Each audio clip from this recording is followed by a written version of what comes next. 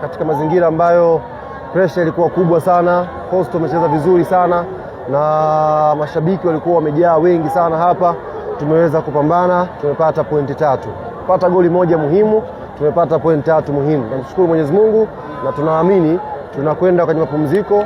Viongozi wanao muda wa kutosha sasa wakiwa wamerelax kufanya tathmini ya kutosha ya timu. Kama kuna haja ya nyongeza kwa dirisha dogo, wafanye maboresho, turudi kwa imara Januari inshallah. Coastal Union watapata alama moja, lakini sivyo bahati wameondoka kitu chini miguu juu hapa. Coastal ni wanaume, wanacheza mpira mzuri sana. Na ambacho Coastal nawapongeza leo, hawakujiangusha hapo. Wao kucheza mpira.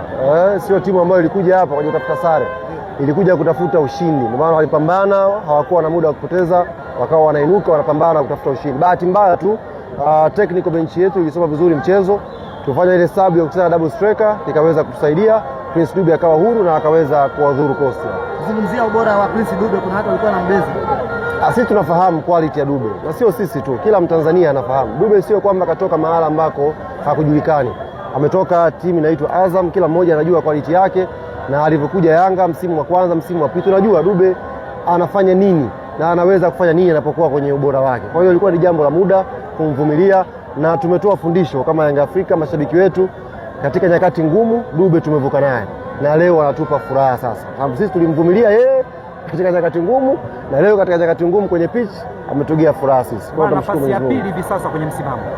Nafasi ya pili bado sio ya kwetu hiyo. Kuna mahala tunakwenda inshallah. Na mahala tunakwenda, nafasi ya pili sio nafasi ya Yanga. Yanga haiwezi kukaa hapa ikasema kwamba nafasi ya pili ndio mahala pake.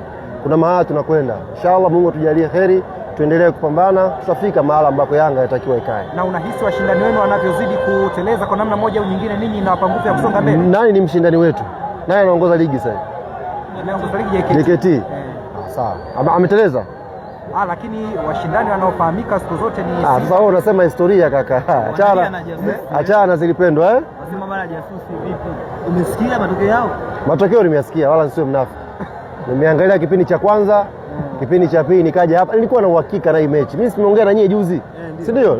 Hii mechi nilikuwa naweka nao kwamba watakufa tu. Kwa nini? Nilikuwa naweka nao. Wewe jua tu nilikuwa naweka nao watakufa tu. Jasusi alishaongea muda mrefu. Yaani sasa hivi waliokuwa wanahisi ni utani. Mambo ndo yanazidi kunoga sasa. Mambo ndo yanazidi kunoga. Na jasusi, niwaambie mashabiki wa Yanga, jasusi yupo imara. Tuendelee kumuombea dua. Anafanya kazi yetu vizuri, anafanya kazi iliyotukuka, kazi ambayo tuna kila sababu si wana Yanga kumpongeza. Kwa hiyo jasusi yuko salama.